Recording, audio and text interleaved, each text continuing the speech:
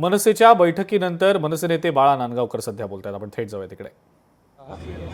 संपूर्ण पदाधिकाऱ्यांचा महाराष्ट्रातील कार्यकर्त्यांचा मेळावा झाला होता आणि त्या मेळाव्यामध्ये पदाधिकाऱ्यांनी त्यांनी मार्गदर्शन केलं आणि त्या मार्गदर्शनामध्ये त्यांनी असं सांगितलं होतं की मी एक पक्षाची आचारसंहिता आणि पक्ष संघटना या बाबतीमध्ये काय करणार आहे लवकरच तुम्हाला मी देईन आणि त्या संदर्भामध्ये त्यांनी आता काही सूचना केल्या आणि ती लवकरच एक आचारसंहिता आणि संघटनेच्या बाबतीमध्ये काही निर्णय ते घेणार आहेत ते लवकरच आपल्याला कळेल आणि त्यासाठी महत्त्वाची मीटिंग होती. सोबतच 27 तारीखला मराठी भाषा गौरव दिन आहे आणि तो शिवाजी पार्क या ठिकाणी करायचा त्यांनी निर्णय पक्षाने घेतलेला आहे आणि त्याप्रमाणे तो मराठी भाषा गौरव दिन हा धूमधडाक्यामध्ये साजरा करायचा निर्णय झालेला आहे.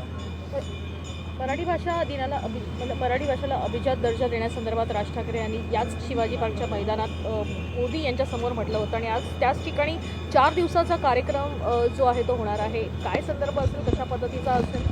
नाही, तुम्हाला आठवत असेल की मागच्या वेळेला पण आपण ग्रंथाचं प्रदर्शन केलं होतं, पुस्तकाचं प्रदर्शन केलं होतं आणि साहेबांच्या मनामध्ये डोक्यामध्ये काहीतरी वेगवेगळ्या कल्पना असतात.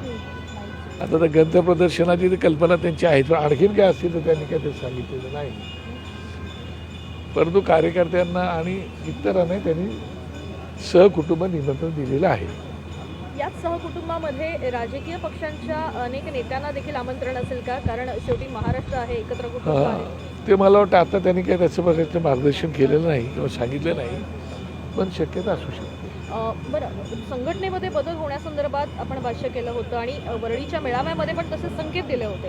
तर काही पक्षामध्ये बदल केले जाणार आहे, पदांमध्ये बदल केले जाणार आहेत, काय नेमकं आहे? निश्चितपणे होतील, कारण त्यांनी त्याच वेळेला भाष्य केलं होतं आणि त्याप्रमाणे त्यांच्या मनामध्ये हे संघटन वेगळ्या प्रकारे वाढवायची त्यांची भावना आहे आणि त्यांच्यासहित सगळ्यांनी पूर्ण वेळ काम करायला पाहिजेत अशा प्रकारच्या भावनेतून आता पुढची वाटचाल करायचं ठरवलेलं आहे.